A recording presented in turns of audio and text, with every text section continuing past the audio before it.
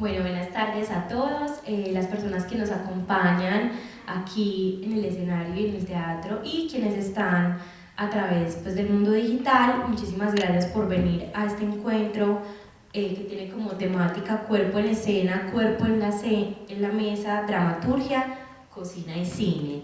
Hoy nos acompañan para conversar Soraya Trujillo y Jonathan del Teatro Imagineros, Emanuel Taborda de Cocina como Acción Social y el docente y crítico de cine Carlos Mario Pineda. Entonces, muchísimas gracias a todos por estar aquí en este espacio que es el Ágora Queer en su versión 2. Afortunadamente tenemos la posibilidad de estar en presencial y les recordamos que el evento hace parte de la investigación del semillero óptico de la UPB, que viene adelantando desde el 2020 preguntas sobre las imágenes y los imaginarios queer, y que inclusive ha ampliado la discusión a comprender que lo queer amplía su espectro incluso más allá del género y las orientaciones sexuales diversas, y que creo que por esa diversidad y formas de construcción de lo diverso en Medellín es que esta conversación está desde puntos diversos tan nutridos. Entonces, bueno, tenemos a Carlos Mario Pineda, él es psicólogo de la Universidad de Antioquia, magíster en gestión cultural, docente del Politécnico Jaime Sasa Cadavid y de la Universidad Pontificia Bolivariana. Es crítico de cine, tallerista y jurado en el Festival Internacional de Cine de Santo Domingo, República Dominicana. También ha participado como presentador y moderador en festivales como el de Santa Fe de Antioquia, el Festival de Cine Colombiano de la Ciudad de Medellín y el Festival de Cine de Jardín. Ha tenido también algunas publicaciones que han aparecido en la revista Kinetoscopio, Avanzada de la UDM, Ágora de la USB y la revista de la Escuela Nacional Sindical. Entonces, muchísimas gracias por estar aquí en este espacio y por abrirte pues como a tener esta conversación. Tenemos también con nosotros a Soraya Trujillo, la directora del Teatro Imagineros, y a Jonathan, performero del Teatro Imagineros, también con nosotros. Un colectivo que también ha venido imaginándose no solo el teatro en forma estática, sino que también ha transgredido imagen, sonido, luz, entonces que también nos van a conversar aquí frente a esas perspectivas de ciudad. Y Emanuel Taborda, él es cocinero profesional, gestor cultural y social de la ciudad de Medellín, es creador y director del proyecto Cocina como Acción Social, que desde el 2014 se ha preguntado y ha trabajado en la búsqueda de la democratización de la cocina y también la divulgación de ese trabajo de los conocimientos culinarios de las cocinas populares en Colombia. Entonces, tiene como dos grandes líneas: las narrativas a través del viaje cartográfico de los alimentos a las cucharas, y ha sido docente de ciencias culinarias de la UDA y aliado a la red Catul, el proyecto de la Secretaría de Cultura Ciudadana de Medellín, y el coordinador en Medellín de la campaña Mucho Mercado Solidario y líder de Mucho Colombia para la misma ciudad. Entonces, ya con esto dicho, para que empecemos a conversar un poco y que pongamos como a todos nuestros invitados, tanto presenciales como digitales, en contexto, nos gustaría que nos cuenten un poco del origen creativo de cada una de sus propuestas o el origen creativo de cada uno de los caminos que han trasegado, para que entonces todos tengamos como la misma base para conversar. Entonces, ¿quién desea comenzar? Listo, Emanuel. Me tiraron la pelota. Pues yo cuando leí que la pregunta tenía que ver con creación, y Adriana Mora me dice que yo soy un creador de pensamiento, en parte sí, me puse muy juicioso, voy a intentar ser muy conciso, me puse muy juicioso a pensar eso y encontré que yo soy testigo de decepción porque siendo más joven que la mayoría de los que están aquí, estaba en la Universidad de Antioquia, compartí apartamento con 2 personas y resulté viviendo en el lugar en el que se reunía el Greco. El Greco es el grupo de estudios sobre la cuestión homosexual que en la década de los 80 fue pionero o fue muy relevante. De hecho, se alió con un grupo de Bogotá. Revisando me encontré que Fernando Alviar, que es una persona que conozco muy bien porque es de esa época, viajó a Bogotá a la primera marcha de lo que ahora se llama el orgullo gay, en ese momento no se llamaba así. De hecho, uno de los puntos nodales que me interesa proponer es que realmente por la edad que tengo, la condición de lo diferente se ha vivido de maneras diversas, una específica. Entonces, puntualmente, la perspectiva que yo tengo desde la mirada a lo cinematográfico, no como creador, sino como pensador de cómo está el cine, la tengo desde la primera infancia. Yo no recuerdo cuándo empecé a ir al cine, pero sí recuerdo perfectamente cuando vi el primer Cuerpo Transgresor en pantalla, que es una película, tuve que rastrear nuevamente de quién eres, Vicente Aranda, una película española que se llama Cambio de Sexo, que según cuentas es del año 77 y se vio en el Teatro Tropicana, ya desaparecido, y era efectivamente una de las cosas que está hoy puesta en cuestión, la actuación de ese personaje trans. Lo hacía una actriz hoy famosa que es Victoria Abril, y muy cercano apareció otra película en la cual la diferencia se ponía en escena y era con Almodóvar. Almodóvar había hecho ya un camino más o menos amplio, pero en el año 86-87 llegó al Subterráneo, que es aquí al otro lado donde estamos, al lado de la calle Colombia, La Ley del Deseo, donde había otro personaje trans.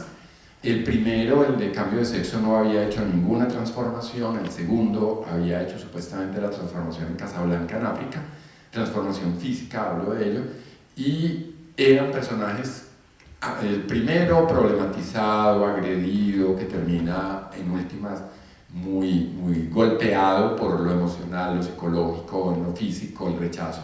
El segundo era un poquito más amplio, y después llegó Matador, donde la homosexualidad masculina está planteada de una manera.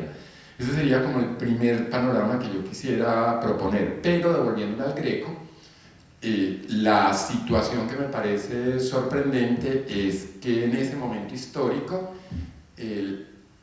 la discusión sobre la cuestión homosexual, que era la única divergencia que había en el momento, o sea, recuerden que lo lésbico y lo homosexual, entendido como lo masculino, que no se hablaba de homosexualidad femenina y masculina en ese sentido estricto, está planteado desde la perspectiva social de que éramos enfermos, había una condición de anormalidad, incluso de delito, y en ese contexto para mí es importante recalcar algo que estábamos hablando hace un momentico, que yo no sabía que iba a caer de esta manera tan radical, y es que la palabra gay era clasista.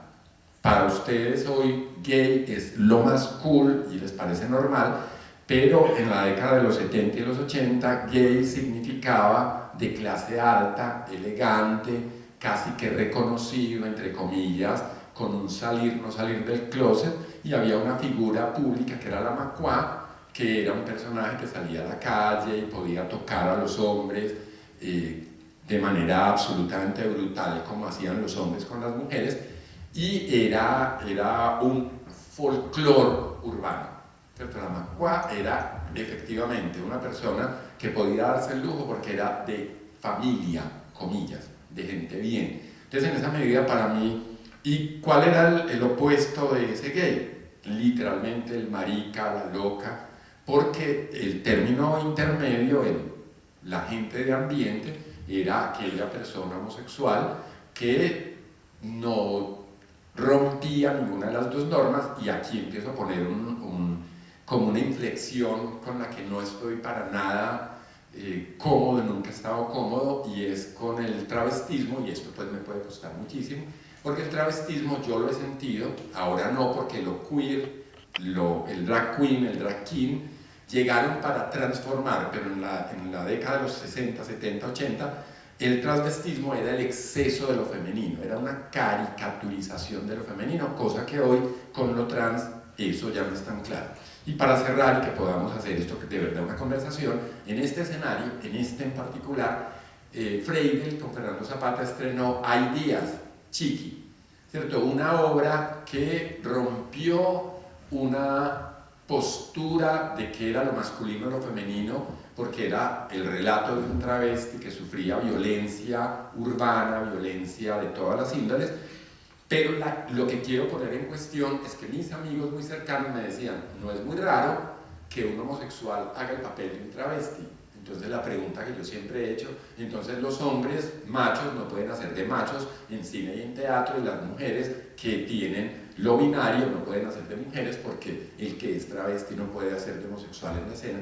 Y fue una discusión que todavía hoy sostengo, y una discusión muy problemática, porque volviendo al cine, a Angélica Cervera en Bogotá me contaron, presentando Si Dios fuera mujer, un colectivo bogotano, un colectivo activista, la increpó porque su equipo de trabajo no era mayoritariamente no binario. Entonces como que nosotros mismos estamos creando un gueto muy problemático, donde el mundo tiene que volverse entonces exclusivamente, trabajamos con, para y por, y no nos integramos, más que integrarse, pertenecer naturalmente. Yo, por ejemplo, no he tenido necesidad, y ahora sí de verdad cierro, no he tenido necesidad de un chiste de los 80, donde decía que la diferencia entre un homosexual y un heterosexual era simplemente que el heterosexual nunca le tenía que decir a la familia: tengo algo muy importante que contarles, soy heterosexual. Que esa es la única diferencia, así lo he asumido. Yo no he sentido la necesidad de defender ningún derecho, no saco banderas, estoy aquí por una invitación. De hecho, una vez me invitaron, les dije: lo siento, mi intervención en este grupo de discusión sobre la sexualidad diversa no creo que estos grupos tengan que existir, es mi postura.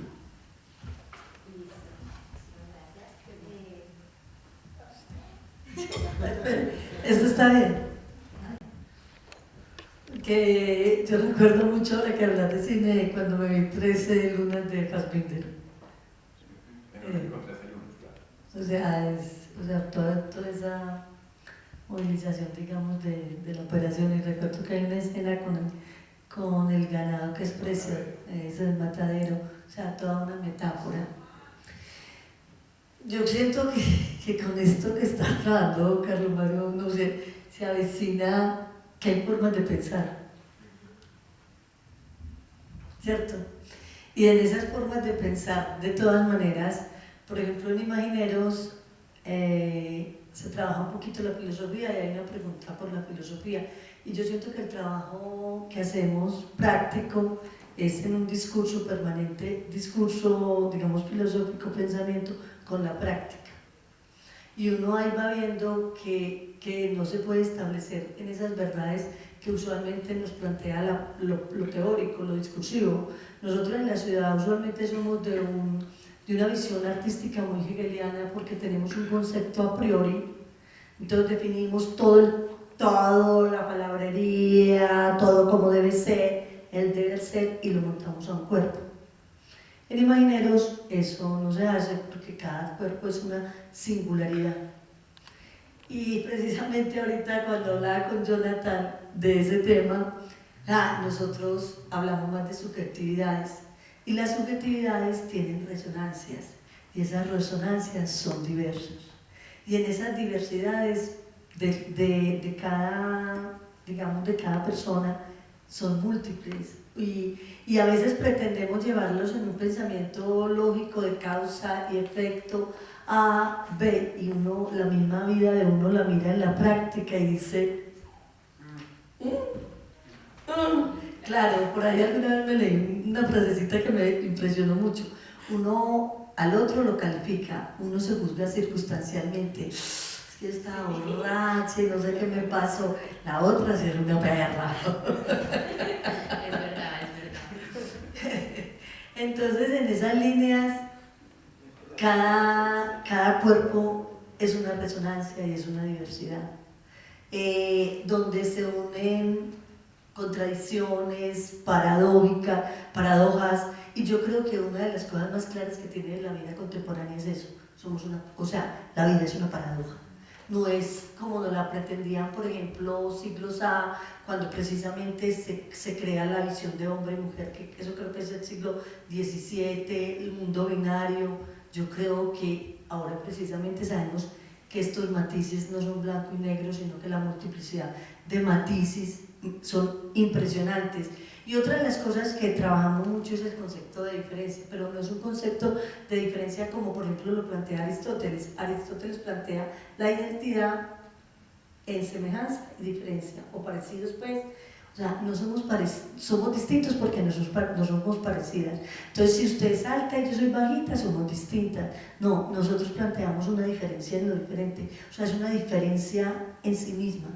No es una diferencia que tiene que estar en la comparación del otro.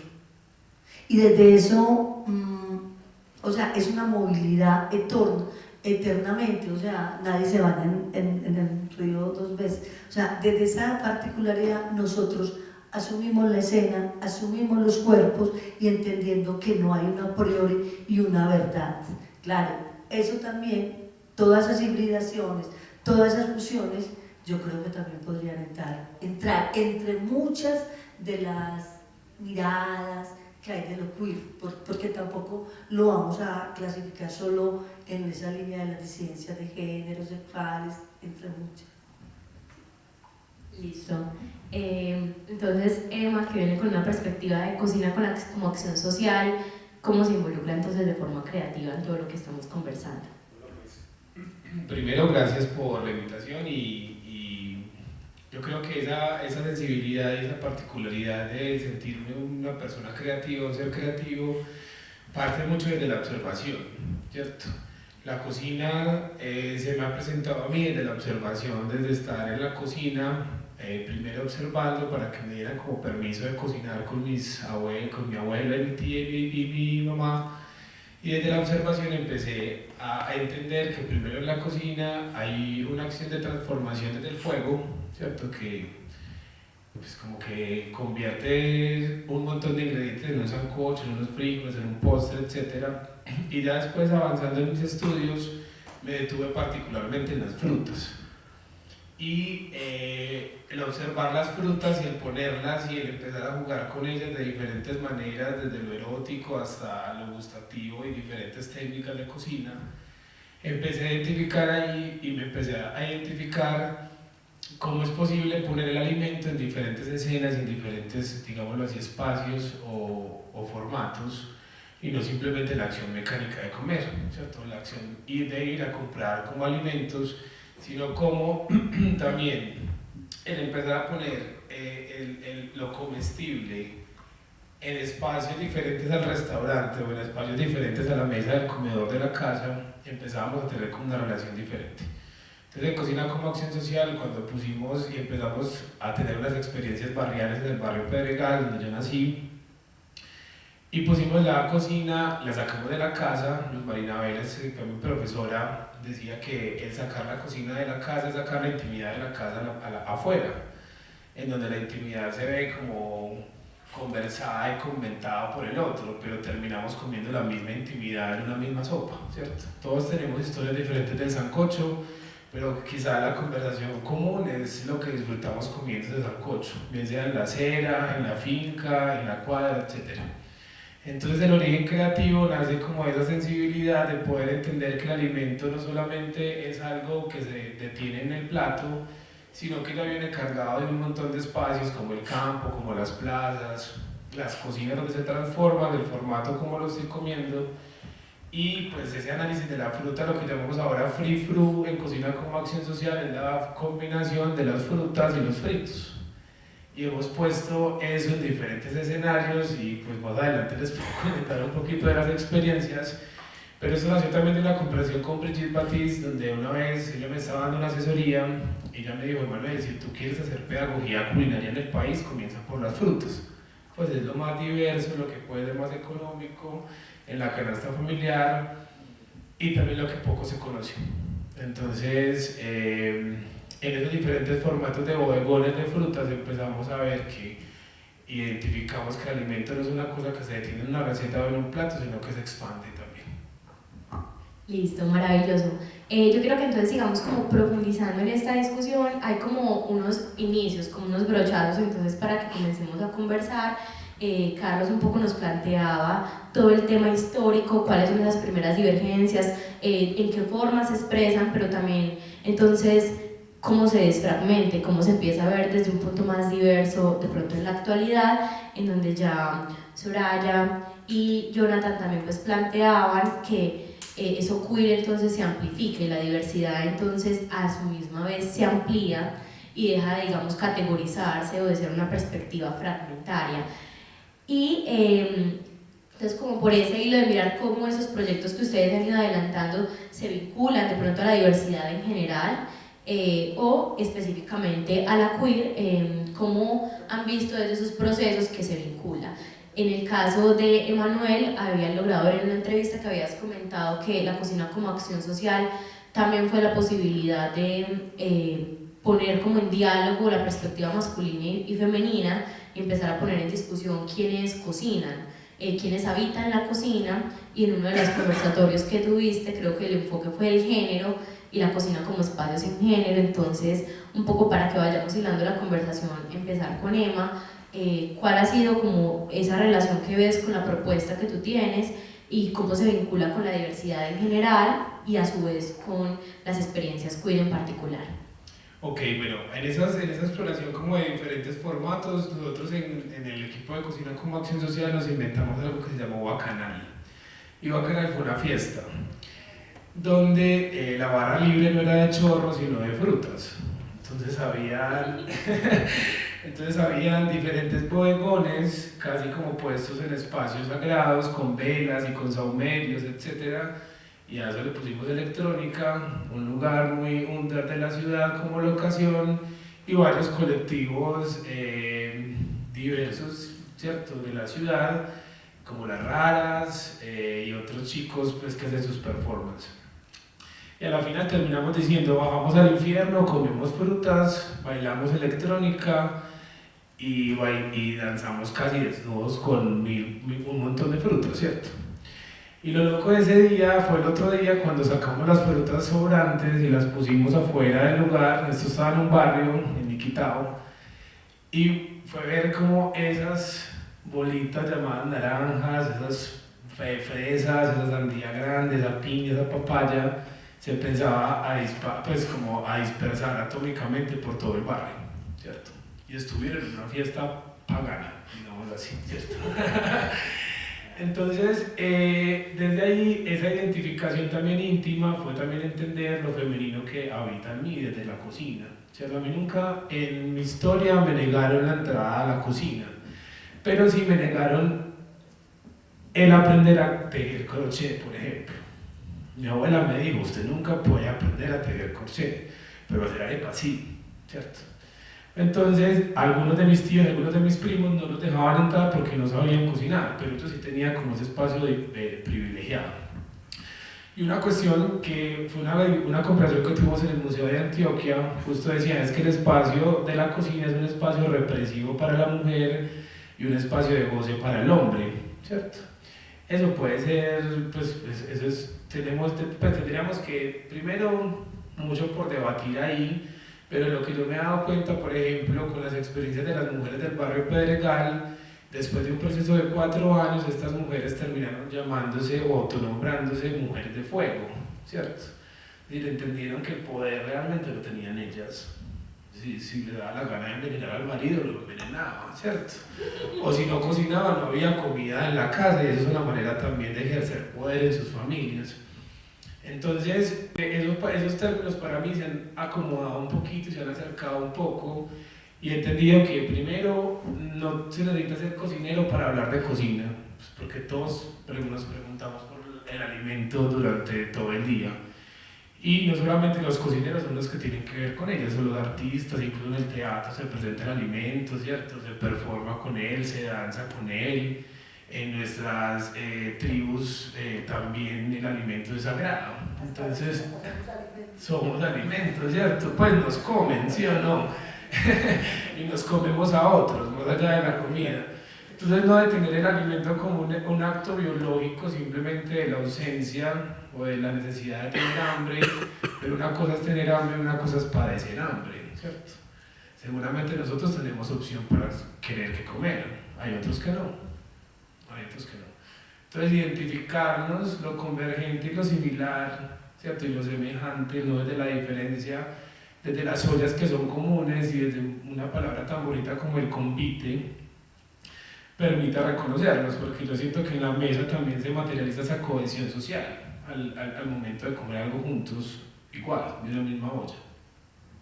Muchísimas gracias, Emma. Yo creo que ya nos estás como abriendo un poco las perspectivas. Hablabas de el comer como ritual, y ese comer no solo en el espacio de la alimentación y el cuidado del alimento, sino también ese espacio con el otro que se comparte, claro, en un espacio que es común y que empieza a ser intersectorial. Entonces, a propósito de eso, de ir como hablando de lo común y de eso que es permite expresiones diversas. Entonces, sigamos con Soraya y con Jonathan, ¿cuál de los dos quisiera como conversar al respecto de cómo dentro de su proyecto experimentan la diversidad, o específicamente pues como las experiencias queer?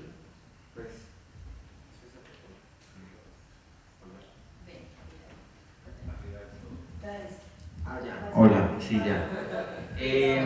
Bueno, había una cosa que estábamos hablando ahorita sobre yo, y era que finalmente ese término de diversificar el cuerpo aparece también cuando nos damos cuenta que estamos poniendo unos cánones frente al cuerpo. O sea, como que el cuerpo se vuelve, empieza a entrar en unos formatos de colonialidad, bien llámese belleza, bien llámese género, bien llámese familia, porque si uno lo piensa, como decía ahorita, sobre la experiencia pues, de los cuerpos siempre es diferente. O sea, si somos resonancia de lo que habitamos, la diferencia siempre nos va a estar atravesando, independientemente si somos o no disidentes en el género o en el sexo. Entonces yo siento que Imagineros, justamente como no pone personajes en escena, porque el personaje es una categoría del sujeto, el personaje tiene asuntos psicológicos y físicos bien determinados, que era lo que decía ahorita Sora, un personaje es posiblemente como la supremacía del pensamiento hegeliano en escena, porque es el concepto sobre el cuerpo. Como no hay ese tipo de cosas, pues aparecen son cuerpos.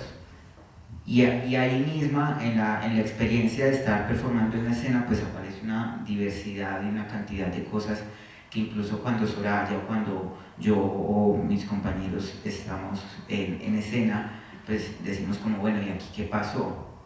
Y el cuerpo se revienta de una manera que no hay como forma de poderla clasificar. Y que como no somos capaces de clasificarlo entre esos estatutos, a veces incluso escénicos, porque la escena sigue teniendo unos parámetros bien psicorrígidos, y si no que lo digan los bailarines de ballet, pues también lo raro o lo queer, porque como decía ahorita Sora, pues lo queer no es un asunto solo de la sexualidad, ni del género, o sea, es un asunto de lo raro, del bicho de la esquina, de lo que no tiene, exacto, como de lo que no tiene asentadero. Y eso pasa mucho en Imagineros. En Imagineros siempre nos dicen es que allá llegan los que no tienen lugar en las familias, los que no tenemos. Yo llego a Imagineros porque no encontramos centro de prácticas, porque estaba mamado del teatro de texto. Y entonces llego donde Soraya, y Soraya me dice, bueno, hagamos, hay esto. Yo, bueno, pues hagámoslo. Y ahí me quedé 7 años después en aquí. Y entonces yo creo que desde ahí Imagineros trabaja la diversificación y lo queer, dándole como lugar a una cantidad de voces que a veces ni siquiera nos importa como la sexualidad o la identidad de género. O sea, uno va a Imagineros y esos son maricas, travestis, machos, mujeres, negros, blancos, amarillos, verdes. Solamente falta que llegue un ovni con una vaca a visitarnos. Muchísimas gracias, Jonathan. Es muy interesante cómo se va tocando ya esta conversación, y pues quisiera como resaltar un comentario de lo que dijiste porque me pareció muy interesante, lo queer como también esos lugares y esos espacios y expresiones de lo que no tiene asentadero en las normativas y los cánones sociales, que me parece un punto de discusión muy interesante. Ya para seguir con Carlos también, ¿qué le ha traído pues y qué le ha suscitado como lo que has escuchado de las personas que hoy aquí nos acompañan, y digamos cómo ves la diversidad en general desde lo que has estudiado y desde tu propuesta?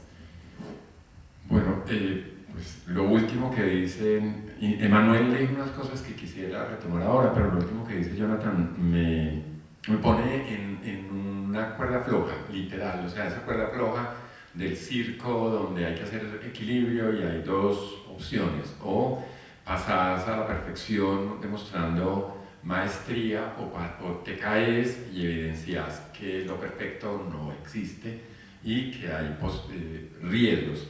El cine, lastimosamente, el cine es más normativo que el teatro, porque el teatro en sí mismo tiene la posibilidad de esa disidencia. Lastimosamente el cine, por ser una gran industria, por tener detrás un aparataje económico, pues es mucho más lento en la transformación y lo que ha encontrado en esa transformación, hay unos, yo sí, qué pena con ustedes tres, pero yo lastimosamente sigo en el decurso de la teoría, hay unos teóricos que han hablado de las mujeres a los dos lados de la cámara, actrices, directoras, hay otros que han hablado desde la sexualidad, las disidencias de la sexualidad, y los planteamientos que hay es que es muy difícil hacer una representación porque el espectador de cine le pide, voy a citar a otras personas, Jorge Blandón decía hace muy poquito, para no dejarlo del cine en el aire, hace muy poquito decía, hablando con un grupo después de una función,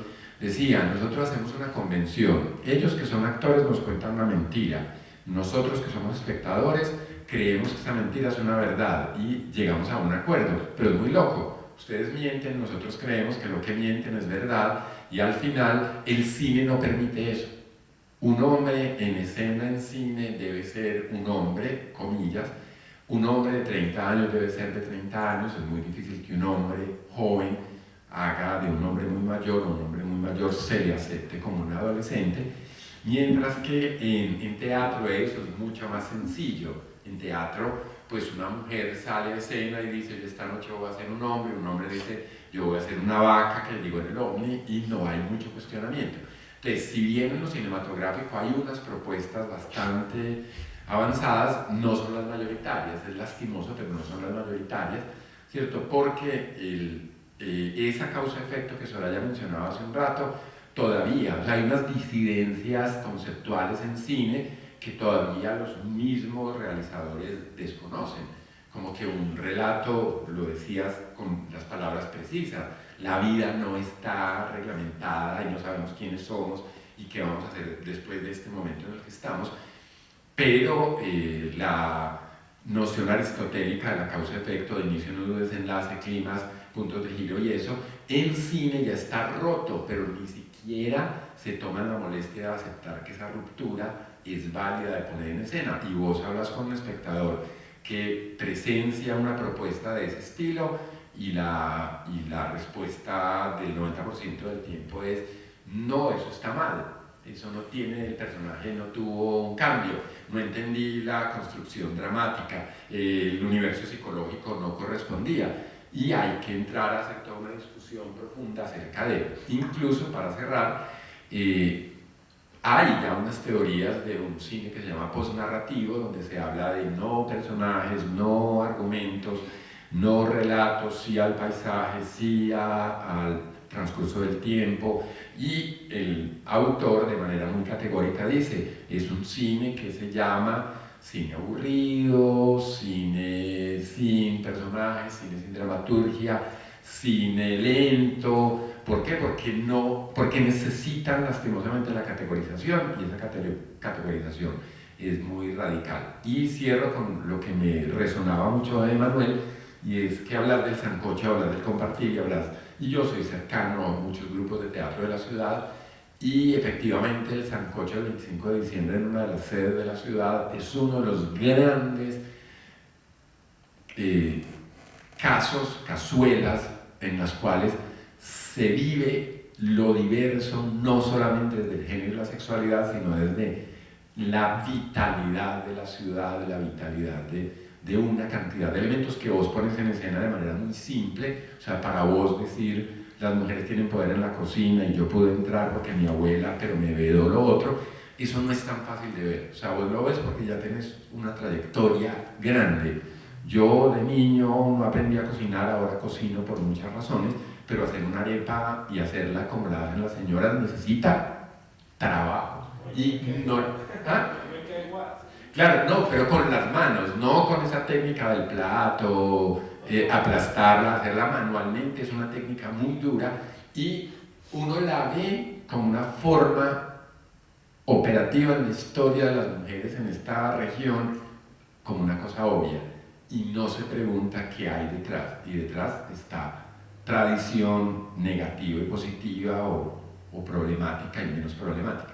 Entonces para mí hay como cosas, cierro diciendo que efectivamente lo cinematográfico lastimosamente todavía está muy cerrado y que esas pequeñas disidencias son problemáticas. Pues quería como puntualizar en algo, y es que Carlos menciona algo sobre la narrativa en el cine, digamos cómo esas categorías y esas representaciones y prácticas pues empiezan a ser importantes o son importantes para el espectador y que de pronto se ha demorado un poco más en deconstruirse el cine en ese sentido.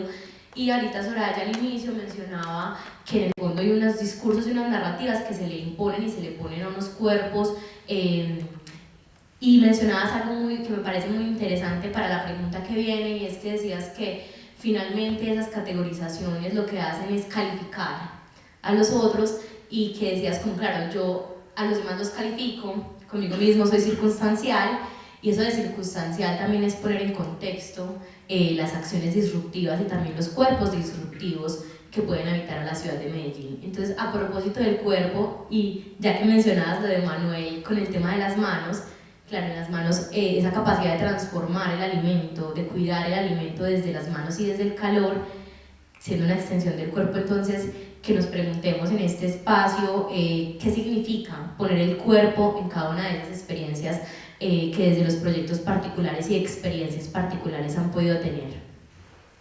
Entonces, Soraya. Bueno, pero yo sí quisiera como unir un poquito con lo de Carmen, porque es que un cuerpo también se controla, un cuerpo también se le da maneras. Ya sabemos cuando Foucault trabajaba, por ejemplo, la clínica, trabajaba en la escuela, o sea, la sexualidad, un cuerpo se entra en unos paradigmas y esos paradigmas se vuelven estéticos.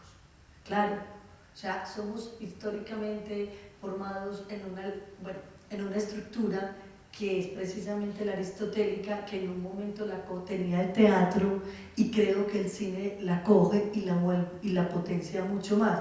Es más, estas líneas de formas de teatrales estamos también tratando de escapar de esa forma que ya hizo el cine, tan paradigma, tan fuerte, y se va con la pregunta del cuerpo. Porque es un cuerpo que, si se quiere, está entre unos modelos de un neoliberalismo, de un pensamiento que lo creemos libre, pero en verdad hay una rama, unas maneras que te estableces en ella. O sea, y ahí vendría una pregunta, yo no sé si la pregunta sería en este caso por la carne. Cuando hablo quiero referirme a un cuerpo ya atravesado por un discurso que no escapa de nada, ni en la sexualidad. Yo alguna vez me veía una película de cine y yo decía, hay una cartilla para hacer el amor. O sea, me daban la cartilla A, B, es así, él se ponía boca abajo, ella se ponía encima, bueno, todos los paradigmas y modelos de cómo se debe asumir la relación sexual. Eso ha dicho del cuerpo. O sea, él hablaba, por ejemplo, ahorita de erotismo. El erotismo sería una cosa que sería indisciplinada, pero ahorita la sexualidad está totalmente disciplinada. O sea, yo creo que el cuerpo después de la modernidad ya no escapa. O sea, los griegos, por ejemplo, manejaban el zoe y manejaban el bio. El zoe era esa parte, digamos, más animal, que no se metían con ella, la dejaban libre. Puede que a mí me guste el sexo así, así, así, así, y a vos así, ¿cierto? No, ahorita ya el discurso penetró todo, la alimentación, penetró pues la vida en sus mínimas expresiones. Sí, o sea, ya nada es libre, la sexualidad no es libre, y por ejemplo Foucault lo trabaja precisamente, eso entra con el pensamiento cristiano cuando empieza la confesión, que los curas empezaron a obligar a confesar y a llevar al discurso lo más mínimo de la sexualidad. Los curas hacían eso, y lo más descriptivo posible, o sea, me lo hizo así, allá ha llegado, o sea, ya nada escapa de lo discursivo. Y yo creo que cuando el cuerpo está en esto, o sea, ya tiene unas maneras que se le presenta otras, y eso pica. Eso pica porque yo no me he establecido en otras formas de relato. Y entraré en una discusión muy fuerte, porque ahí se entraría pues dentro de una discusión que tiene unos términos de qué es, por ejemplo, la representación y qué es la presentación, que por ejemplo cuando entraríamos en la cocina, que ya esa línea, esa palabra tan de moda entre nosotros que es expandir, o sea, que ya las líneas de las prácticas artísticas no están determinadas solo sobre las líneas de las bellas artes, y entra la comida y entra una infinidad de cosas, serían otro tipo de preguntas que habría que hacerse, y ahí sí creo que el cuerpo y lo queer se tiene que preguntar. Yo quisiera ahí agregar algo que está diciendo Sora, lo que hablamos mucho en Imagineros, y tiene que ver con la performatividad del cuerpo. O sea, porque una cosa es cuando uno representa un personaje y otra cosa es cuando es el cuerpo ahí, ni siquiera en situación de, porque no es una simulación de una situación, es el cuerpo ahí, es el cuerpo en una situación de riesgo, como en un campo de batalla, como en un estado de animalidad, y que justamente la performatividad lo que pretende o lo que se intenta es como escapar de todas esas maneras de vigilancia que tiene tan atravesadas el cuerpo. Y por eso a veces dicen, ay, es que él es muy mal actor o es muy mala actriz, ay, ¿qué es eso tan miedoso que está haciendo?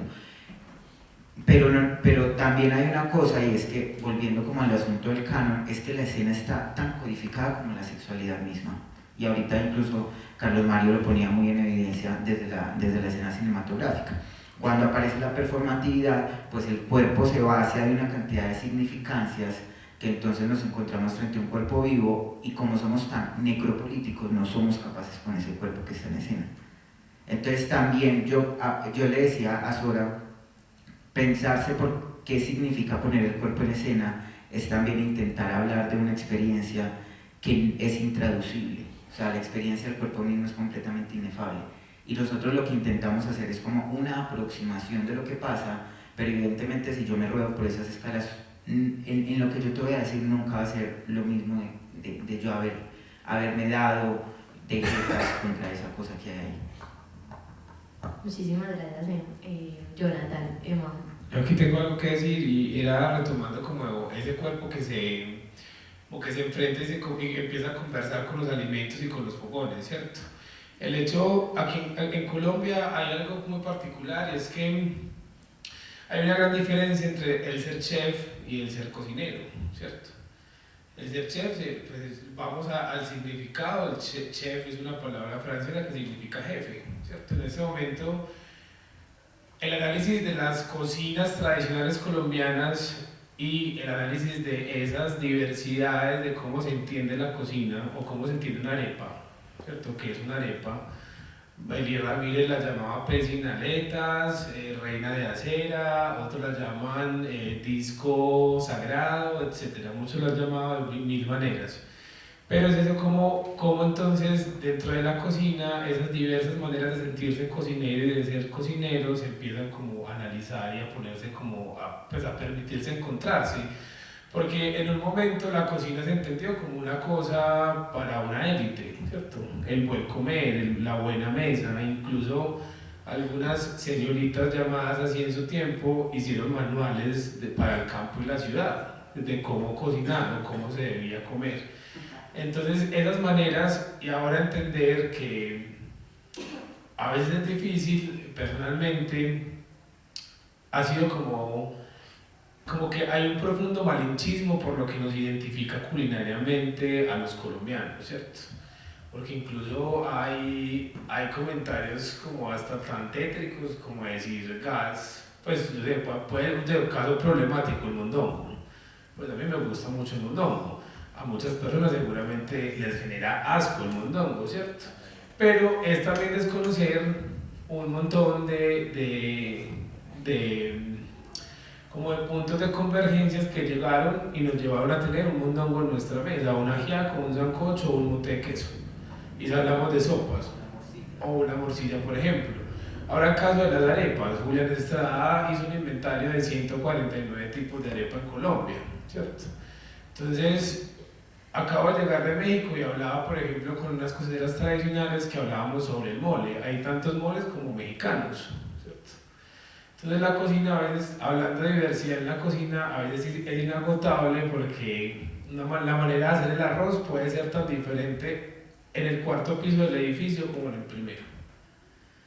Entonces, el entender, por ejemplo, esas cocineras tradicionales que han hecho de la cocina su vida y entender que detrás hay una cultura, hay una tradición, hay una identidad, también hay una defensa por sus estéticas, por sus lenguajes, por sus fogones, por sus recetas, que siento que en este momento no debe determinarse a ser mujer o ser hombre, ser cocinero o ser cocinera. Incluso los colegas pues, que están ahora como en el top de los restaurantes de Latinoamérica, ahora Leonora Espinosa es una cocinera colombiana de Bogotá, de Córdoba, que ha hecho un análisis profundo de la cocina del Pacífico. Y no sé, son prácticas como que van a la población, te enseñan a hacer la preparación que nace de una tradición, pero llegan a la ciudad y convierten eso en un plato extravagante donde la cocinera no está, ¿cierto? No existe. Entonces también cómo identificarnos y reconocer realmente tanto el origen como lo diverso de las recetas. Incluso ahora hay algo muy chistoso que se está comentando, y es la creación de la ley de recetas. Es decir, ahora quieren montar una receta de la ley de salvaguardia del patrimonio culinario del país para darle, pues, derechos de autor a una receta, pero vayamos a ponerle un derecho de autor a una arepa. Pues, ¿quién se inventó la arepa? ¿Sí o no? Entonces, hay como temas que a veces yo lo comentaba con varios profesores, como que a veces tanta diversidad nos puede abrumar y puede ser como una gran ventaja, pero también puede ser como pues hay algo como con doble filo también. Sí, hay como un hilo conductor por aquí, como dos cositas. La primera es que considero entonces hablar un poco del tema del manual, ¿cierto? Como esta construcción muy definida de lo que es, de lo que se debe hacer. Hablabas, por ejemplo, hubo un tiempo en donde se daban normas de urbanidad y esas normas de urbanidad implicaban cómo se debía comer. Entonces eso también a la vez desplaza formas de alimento y de servir el alimento de poblaciones afroindígenas que también consumen el alimento en la hoja de bijao y en otras alternativas que de alguna forma también son divergentes y son disidentes. Y con el tema de un manual para hacer el amor, que debería ser como eso que aparentemente es rebelde, que es liberador, como también se vuelve ropa, también se vuelve un poco un disfraz de lo que significa y cómo se ve la rebeldía, y cómo se es rebelde, y cómo se es queer, o cómo se es disidente. Pero creo que esta conversación, que tiene como varios puntos de vista, desde la cocina, desde el teatro, la performatividad, el cine, pues lo que permite ver es que a pesar de esa diversidad, que lo que decías, claro, es aterradora o podría ser como demasiado grande, pero yo creo que lo que finalmente asusta de esa diversidad es que nos tumba el teatro por completo, o sea, nos pone a pensar qué hago con todas estas diversidades y con todas estas subjetividades, y claro, me complica la puesta en escena hablando de la vida cotidiana y de lo que hacemos todos los días, pero que también nos plantea unos horizontes más amplios. Entonces, pensando en eso de cómo, digamos, desde sus propuestas han mixturado, o sea, como un poco la mezcla en la cocina, cómo han mezclado técnicas, cómo han transgredido incluso los formatos de sus propias corrientes, cocina, teatro y cine, pues, como para acercarse tanto a sus públicos y para desarrollar sus propuestas, esos cruces también que hacen al interior y que son también transgresores. Entonces, ¿quién quisiera empezar por acá? Pues a mí, yo quiero como tomar un elemento que Jonathan trae y que refuerza Soraya de manera muy precisa, es la presentación y la representación. Creo que eso es fundamental. Y lo digo desde, pues yo conocí esa diferencia tajante con el cine japonés, donde se habla efectivamente de eso, y Jonathan lo expresa de una manera muy, muy precisa cuando dice es un cuerpo allí, es un cuerpo que no se le debe pasar el discurso por ningún lado, sino que uno a veces no sabe cómo cogerlo, cuando la representación es que hay una construcción, una elaboración, hay un maquillaje, hay un vestuario, hay una forma de moverse que corresponde a toda una normatividad. Entonces, en esa medida, yo siento que desde lo cinematográfico sí se han abierto unos canales bastante amplios para explorar eso, y para volverlo a situar en la ciudad, pues tenemos la gran ventaja de que hay realizadores que están proponiendo. Tengo la fortuna de haber sido docente de Tiago Vélez, que Santiago junto con Juliana Zuluaga crearon Crisálida, el colectivo desde la universidad, y de pronto yo me encuentro a Santiago haciendo propuestas de poner en escena sujetos en otro contexto, pero quiero citar a un chico, me va a matar que no recuerdo el nombre de él, que en el Festival Pantalones Cortos hace 2 o 3 años ganó, como pues yo estaba de curador y de jurado, y ganó un corto que se llama Medias Blancas, y era una cosa tan hermosa porque era un chico que quería tener las medias blancas para ir a una fiesta, y al final la gente salió conmocionada. ¿Cómo puede ganar ese corto? Alguien muy cercano decía, pero es que es un corto de unas medias dando vueltas en una lavadora, ¿cómo puede ganar ese corto? Y yo le pregunté a varias personas y les decía, ¿vos qué viste? ¿Esos muchachos quiénes eran? Me decían, no eran novios. Y el otro decía, no, eran hermanos. Y el otro decía, no, eran compañeros de universidad compartiendo.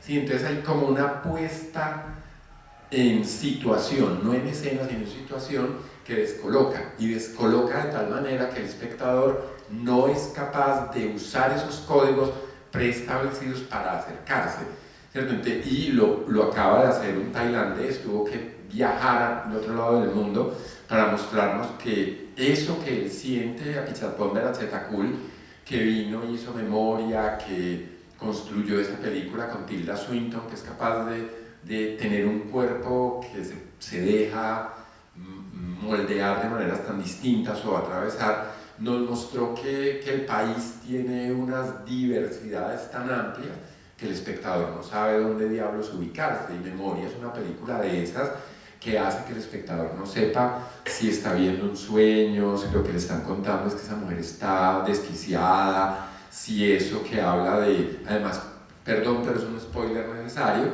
cuando de pronto arranca un platillo volador de la nada, cuando es una película de ciencia ficción, los espectadores dicen, ¿yo qué estoy viendo? Y esa transgresión creo que habla de esa propuesta de diversificar y de proponer un universo distinto.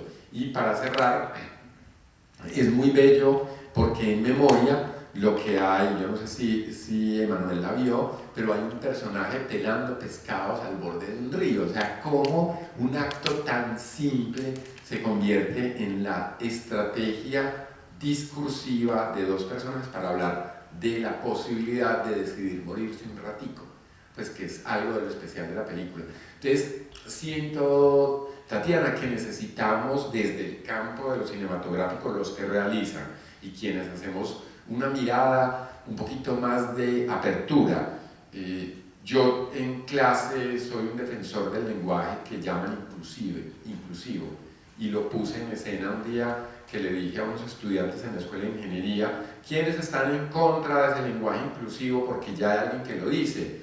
Y un chico levantó la mano y dijo, sí, a mí me parece que esa señora que usted narra, que dice que los y las es un problema, estamos hablando de hace más de 15 años, y yo les dije, ¿quién está de acuerdo con Tomás? ¿Quién está en contra? Nadie dijo nada. Y le dije, perfecto, a partir de este momento, si ustedes miran, el grupo es de 40, tiene más mujeres que hombres, es el grupo de las ingenieras. Y los chicos hicieron así, no que era lo mismo, si no es lo mismo, porque nos genera ruido. ¿Sí? Entonces, lo divergente creo que es un poquito intentar meter la aguja, que la incomodidad se instale y ver qué hace cada quien con la incomodidad. Muchísimas gracias, Carlos. A propósito de la incomodidad y la necesidad de sentirse fuera de lugar, también para construir otras cosas y pensar otras cosas, Jonathan. Pues a ver, Imagineros, es que de por sí Imagineros, los teatreros dicen que somos visuales, los visuales dicen que somos performeros, los performeros nos mandan para el teatro. O sea, nosotros no encontramos asentadero tampoco para la gente.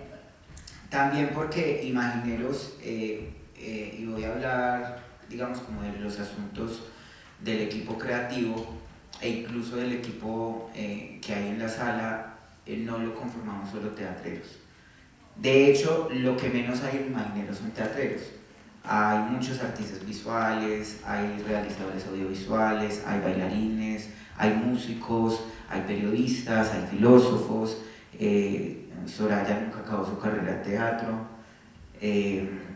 Y yo creo que el hecho de tener un equipo como de perspectivas tan amplias también hace que finalmente las producciones que Imagineros tiene no vayan en la línea, digamos, textocéntrica del teatro, que es muy habitual en esta ciudad. O sea, una cantidad nada despreciable de teatro de esta ciudad se sigue haciendo bajo los regímenes de un texto.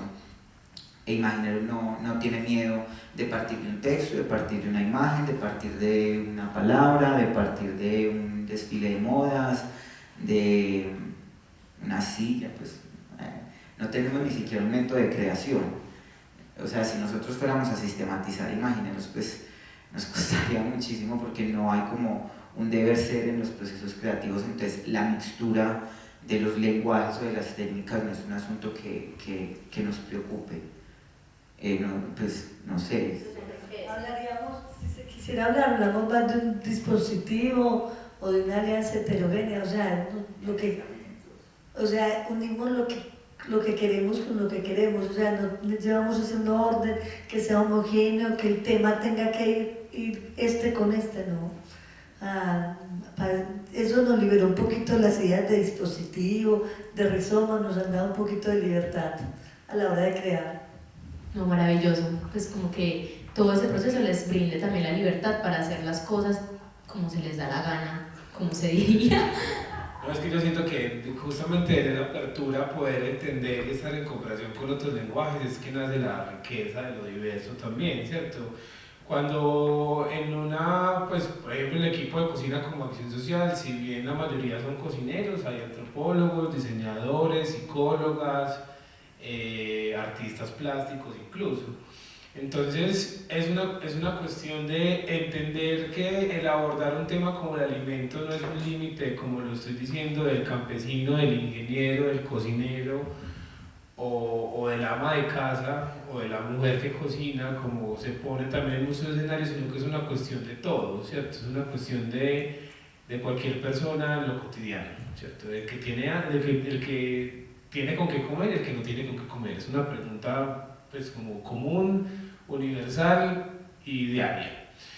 Y el poder entender y el poder poner esos otros conocimientos dentro de los formatos de Cocina como Acción Social, o lo que hemos podido llamar dispositivos también, en poner, por ejemplo, una anécdota que leyendo las preguntas también lo recordé, fue cuando hicimos un bodegón de frutas en el Yo Marcho Trans de este año, que lo hicimos en Barbacoas, se hizo en Barbacoas, nos invitaron a hacer un bodegón y yo realmente no esperé lo que estaba pasando. Nosotros simplemente llegamos, éramos un equipo de 6, barrimos el lugar donde nos asignaron, pusimos nuestra base de madera, pusimos hojas de bijao y empezamos a cortar frutas y a disponerlas de manera como simétrica. Lo que pasaba acá, lo arriba, abajo, etc. La gente terminó incluso arrodillándose hacia ese dispositivo que se creó. La gente terminó poniendo labiales, tacones, espejos, velas, incienso, y a la final la gente se comió todas las frutas, ¿cierto? Y lo que quedó no permitieron botarlo, sino entregarlo a otra persona que también se le pudiera funcionar como alimento. Entonces, en la gastronomía y en la cocina a veces hay como unas visiones muy cerradas que nos impiden poder identificar esa riqueza, ¿cierto? Y que segmenta a un restaurante, a un servicio de la alimentación o a una carta pues nominal de una entrada, un fuerte o un postre, pero en mi caso, por ejemplo, me gusta comenzar mis menús por el postre, ¿cierto? Es una manera también coqueta de darle el comensal y ha funcionado. Entonces yo siento que esa manera de abordar el alimento desde identificar esa diversidad, esos lenguajes que se crean de uno como cocinero y como transformador de ellos también, pues primero ha sido una gran fortuna para mí puedo decir y afirmar que se ha movido y, como lo decías tú, se ha dejado como esa incomodidad también y ha transformado cosas. Pues. Bueno, este señorito Manuel es tan queer que se saltó la línea de la conversación y creo que esa era la idea, entonces para que, hablando como eso de las experiencias, nos cuenten como cuál ha sido la propuesta o la acción que recuerdan en este momento y que ha sido particularmente impactante en cada uno de los proyectos. Ya entonces se saltó y nos contó la de él, y entonces para que también los imagineros nos cuenten entonces un poco. Que eso no, pues es que nos han pasado cosas como una vez cogieron una actriz a la piedra. Se nos montó, nosotros trabajamos como con máquinas, se montó en una máquina una bailarina y se nos desmaya. Pues, o sea, nosotros tendemos mucho a que el espectador se vuelva co-creador de la propuesta. Y en esa perspectiva de la co-creación pasan demasiadas cosas. Entonces, insultos, hay quien se enoja, hay quien, pues de todo nos ha pasado. Pero mira qué interesante, que la gente se enoje, que la gente se meta de buena o mala manera, ya implica una reacción y también implica una transformación. Que se quedaran quietos de pronto, para el caso de Imagineros sería preocupante, que todo el mundo se quede quieto, aplaude, diga hermoso, genial y se vaya. El espectador también se ha movilizado. Yo creo que una de las cosas más bonitas que ha pasado en esta charla es mirar que nada es quieto. Allí hay una propuesta, y si hay 150 formas de hacer arepa, hay ciertas 150 maneras de pensarse el arte y de asumir la escena.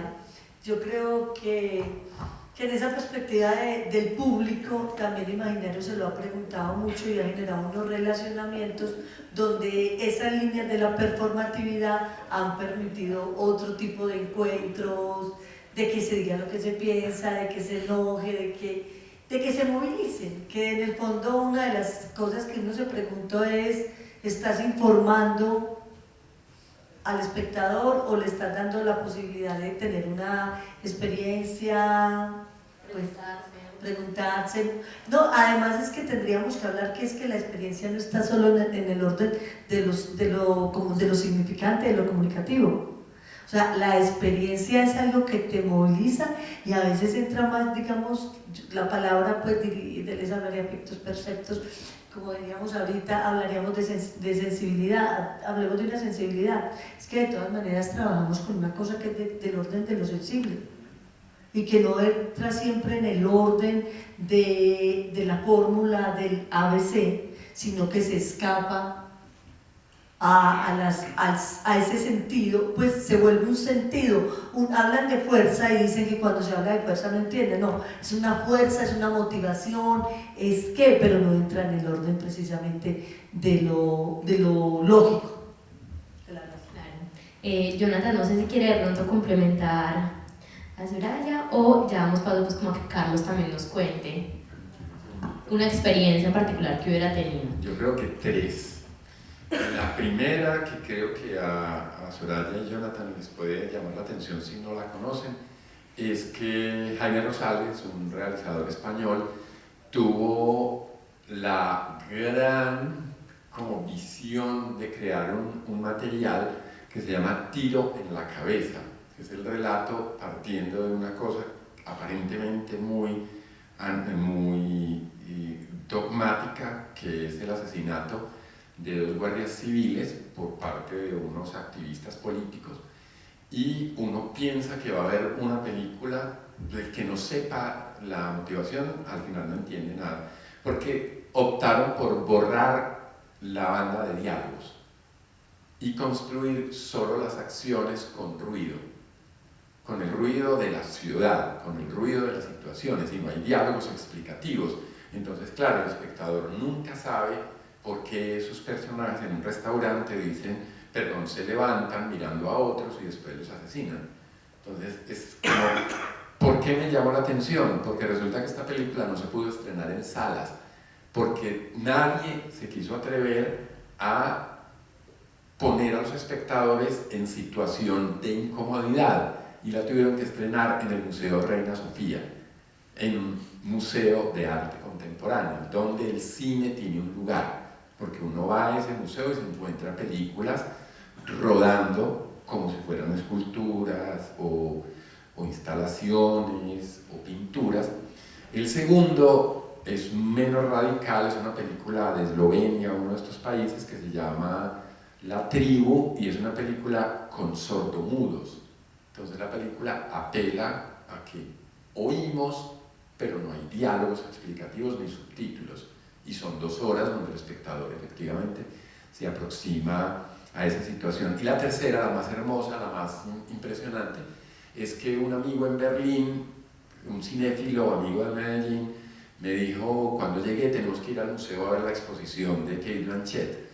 Y yo le dije sí, y yo soy muy loco, me voy a la calle, y él es más loco que yo, y entonces volteamos y jodimos, y de pronto el último día era ya como hay que ir, y resulta que lo que me encontré es una puesta en escena, no una puesta en escena, una propuesta visual donde Cate Blanchett protagonizaba 13 cortos de la misma duración, 13 cortos dispuestos en unas salas, de manera que una pantalla mirara para allá, la otra para allá, la otra para allá, una aquí atrás, la otra más allá. Entonces uno tenía que viajar por cada una de las pantallas, y los 13 relatos eran relatos acerca de la historia del arte, ¿cierto? El Dada, ya no recuerdo, pero había una pregunta por lo artístico, y el momento más hermoso que me di cuenta como en la mitad del recorrido era que en cada uno de los cortos Cate Blanchett hacía de operaria, hacía de mujer de un muerto, hacía de vagabunda, de vagabundo, hacía papeles masculinos, femeninos, y había un momento en que ella cantaba, y solo en un momento, además porque estaba muy bien dispuesto, uno se sentaba en una banca por ahí de 4, 5, 6 personas máximo, y los parlantes quedaban exactamente para que no interrumpiera mucho con nosotros, y ahí ella cantaba, y un momento en que yo me di cuenta que estaba magistralmente hecho, de manera que cantaba siempre en el mismo minuto y segundo en cada corto. Entonces había un momento en que uno oía un coro Blanchett con piezas distintas dependiendo del corto. Entonces para mí sí fue una experiencia como, eso se consigue hoy, se puede ver, pero se ve lineal. La experiencia en vivo de simultaneidad es imposible de esa manera. Entonces fue como una cosa absolutamente radical, creo que se llama Manifesto, justamente el nombre lo dice, es toda una declaración de principios, y en este caso lo cinematográfico es cómo me aproximo a eso, cómo lo evalúo, desde dónde lo cojo y con qué criterios lo cojo. Hay como 2 cosas, y hago yo la última pregunta también para que no solo escuchen mi voz con las preguntas, sino que también podamos dar un espacio para preguntas al público, como 2 cositas. La primera es que hablaron ahorita de movimiento, de vitalidad, de los espacios vivos, de las cosas vivas, y me remitió un poco a un comentario que hizo Jonathan sobre una sociedad necropolítica, ¿cierto?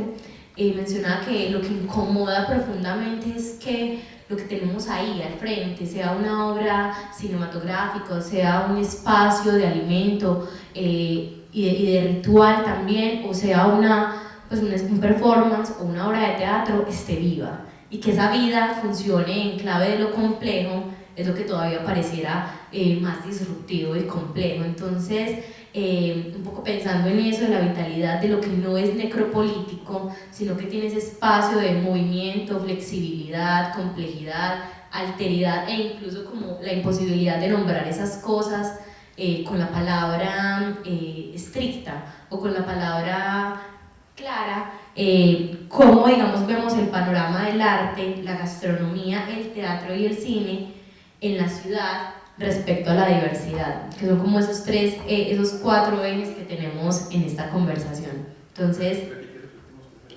claro que sí, gastronomía, el arte, el teatro y el cine, con respecto a la diversidad en la ciudad de Medellín. No, yo creo que yo me limitaría, para poder aprovechar y pasar este micrófono, a pensar que efectivamente hay diversidad. Este espacio se perdió lastimosamente como espacio de exhibición permanente en la ciudad, pero quiero devolverme a la experiencia en Berlín, porque no me había dado cuenta hasta este momento cuando veía la pregunta, y es que si hay una cosa que el cine tiene como radicalidad es poner al espectador en una situación de pasividad, de entorno sin irrupción, se suspende la luz, se suspenden todos los ruidos externos y se lo concentra en la pantalla, y esta propuesta del museo era justamente lo contrario: luz, ruido, pasando gente alrededor, movimiento. Entonces siento que eso es válido, y me pone a mí a pensar, en relación con tu pregunta, en la gran cantidad de propuestas que tiene esta ciudad, donde hay diferentes colectivos, llámense unos cineclubes, organizaciones, que están haciendo una apuesta por encontrar otras formas de acercarse, y entre esas formas está la de irrumpir en el entorno de otros, como pasa a veces que uno se encuentra en la plazuela de San Ignacio, la del Pablo Tobón, y hay una exhibición y la vida sigue. Entonces yo siento que el cine sí tiene que preguntarse por si efectivamente tiene que seguir en el dispositivo sala absolutamente cerrado, o si tiene que hacerse otras preguntas acerca de colectivos. Hay muchos, gente pensando y escribiendo, hay muchas, pero para mi perspectiva, desde el lugar en el que yo me encuentro en la academia, siento que realmente todavía falta mucha pregunta. Muchísimas gracias. No, en la cocina y la gastronomía en la ciudad también se experimenta como, es decir, tenemos una carta abierta y amplia de comer lo que queramos en la ciudad, ¿cierto? Pero es donde uno se hace la pregunta que pues somos los seres vivos que decidimos cómo, con quién, qué y dónde comer. Y gastronómicamente la ciudad es una ciudad de booms. Entonces ahora estamos en el booms de, no sé, las panaderías con masa madre, la hamburguesería ya pasó, la pizzería ya pasó.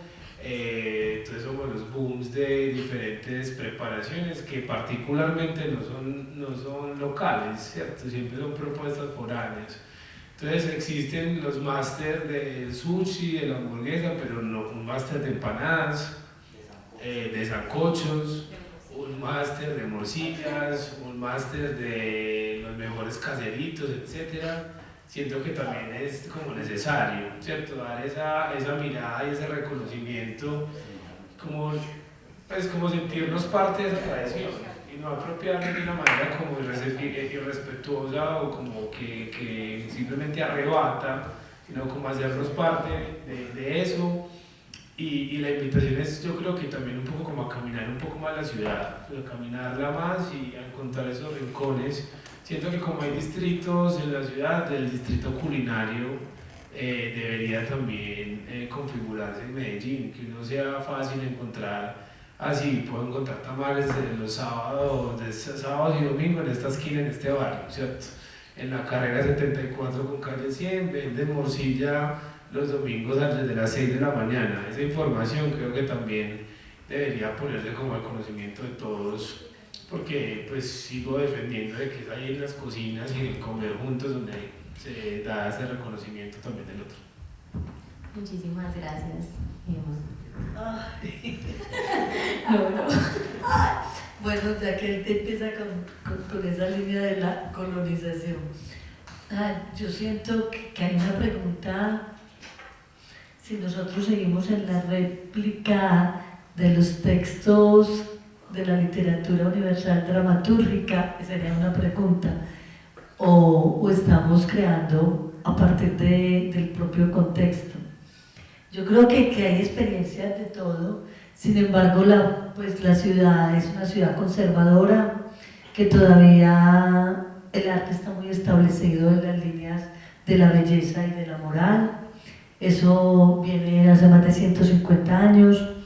O sea, la pregunta, por ejemplo, por las multiplicidades de lo político en el arte todavía yo no creo que abundan. Entonces yo creo que eso da una respuesta.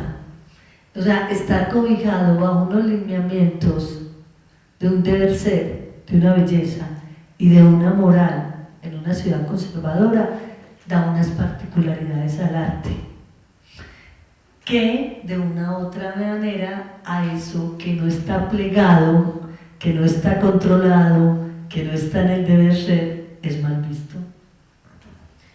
Bueno, Muchísimas gracias. Yo quiero no, agregar- claro que sí, Jonathan. Es que me quedé Adelante. pensando lo que están hablando. Yo siento que el arte se tiene que como que performar. Porque lo que decía Soraya, siento que seguimos en los manuales.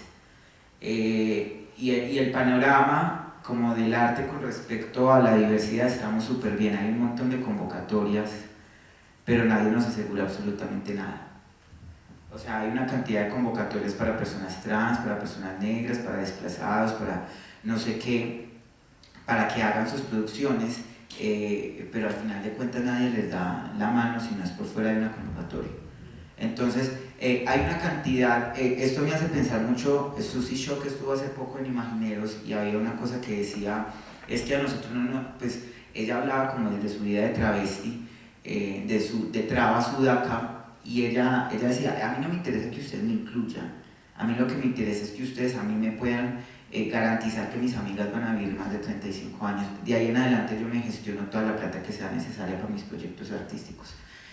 Y yo siento que eso pasa mucho en el arte, o sea, nos están dando una cantidad de convocatorias y a nosotros a cada momentico Imagineros nos mandan que convocatorias para la diversidad, que convocatorias para los travestis, que convocatorias para los negros, que convocatorias para los amarillos, que convocatorias para los chaparritos, pero finalmente el contexto en sí mismo, por fuera de las convocatorias, no está presto para la diferencia en sí misma. Entonces de nada sirve que a nosotros nos financien, por ejemplo, una obra que hable sobre el estallido de las maricas en no sé qué época, si finalmente uno sale todavía pintado a la calle con las uñas y le hacen los piropos, o el otro está diciendo guácala, ¿qué es eso? Siento que pues no lo entiendo, no entiendo cómo esa lógica. Yo quería agregar otra cosa, yo creo que la ciudad también necesita un compromiso más del intelectual. El intelectual de nosotros sigue en esa línea ochentuda, donde es un discurso sobre un discurso sin mirar la práctica. No, o sea, necesitamos que vean la ciudad, que dialoguen con la práctica. Y que dejen de rumiar libros. O sea, que vean que en la ciudad también hay libros. Que en la ciudad también hay libros. Y la ciudad es un libro. Para leer también. A propósito de lo que decías de caminar. Bueno, yo creo que vamos a dar como cierra este espacio, pero algo interesante de esta conversación es que no cierra realmente. Es una discusión que queda abierta y que no deja respuestas, sino una serie de preguntas, no solo frente a cómo abordar la ciudad, cómo leerla, cómo mirar la práctica.